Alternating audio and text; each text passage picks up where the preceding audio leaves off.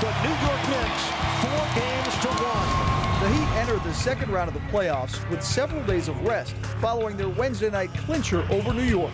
Miami took that series in 5 games, winning all 3 of the games that were played in South Florida. LeBron James, Dwayne Wade, and new daddy, Chris Bosh, Left-hand slammer jammer, led the Heat to their opening round series win, with LeBron averaging 28 points a game. The Heat will need all of the big 3 to come up big again when they face Indiana. Ranger a 3, bottom. The Pacers are a team that Larry Bird built, and they are a team in every sense of the word. Look at that speed. The Pacers have no real stars, but they play well together. In their closeout game against Orlando this week, 6'2" Darren Collison was the hero, coming off the bench to knock down big 3-pointers as Indiana pulled away and eliminated the Magic in 5 games. Left to the rim, gets the roll. Indiana has a balanced offensive attack with 7 players who average in double-digit range during the season. They are also one of the better teams on defense. The Heat and the Pacers met 4 times during the regular season, with the Heat taking 3 of those 4 games. Except the usual suspects. That would be Mike Miller taking some jump shots, working on his game here. Still well over 3 hours before tip time, but Mike out on the court.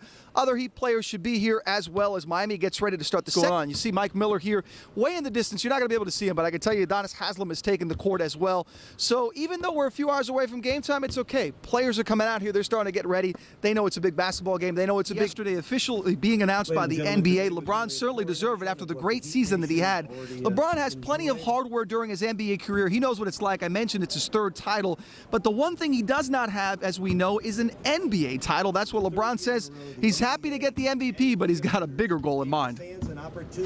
I give all 3 of them back for NBA championship. I'm all about team. That's all I care about. That's all I know. And the ultimate team goal and ultimate team trophy is the gold ball. And, well, we saw how he was the guy who played this year down the stretch when a lot of other superstars chose to take games off to save themselves for the playoffs. LeBron got stronger, and he really carried this team down the stretch. He finished off games. He played great defense against 5 positions. This guy is ready to win that title this year. And deservedly so. You and I mentioned it last week. I mean, this is not a surprise. I know a lot of people thought Kevin Durant deserved some votes, and he got votes. He was second. Right. But LeBron was the MVP of this league. In the first round series, LeBron was a big part of that. D. Wade certainly had part to do with taking care of the Knicks in 5 games. What did you learn from this basketball team, if anything, that you didn't know in that series against the Knicks heading into the series against Indiana? There was nothing that I learned about the Heat. What I did like was that they were able to stay focused, although, you know, you can say New York had a lot of one-dimensional players. You had guys such as Steve Novak, who if he wasn't making shots, he couldn't hurt you. There are other guys on Indiana who, Roy Hibbert, if he's not making shots, you still have to watch out for his defense. David West, Darren Collison, they just have a bunch of guys, a lot of depth, a bunch of guys who are versatile, who play at both ends of the court, and that's the biggest difference between Indy and New York. It's funny. Protect the paint. That's going to be the big thing for the Heat.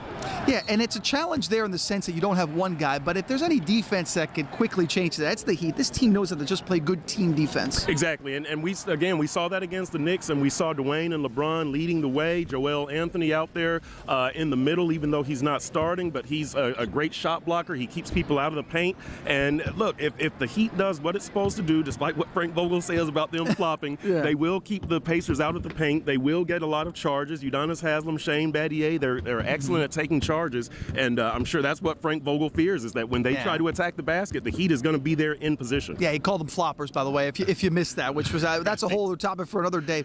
What are the Heat, how do they attack the Pacers? What do the Pacers have to do? I mean, you got to stop 2 superstars. Right. What the Pacers really want to do is keep Dwayne and LeBron out of the paint and don't send them to the free throw line. That's something that very, very few teams are able to do. Dallas was able to do it in the finals, but nobody else has been able to do that successfully. And once you do that, if they do that... Big plays of the game, and they get no bigger early on than LeBron James. Watch this. Heat with the slow start, but D-Wade, long alley-oop pass to James for the throwdown.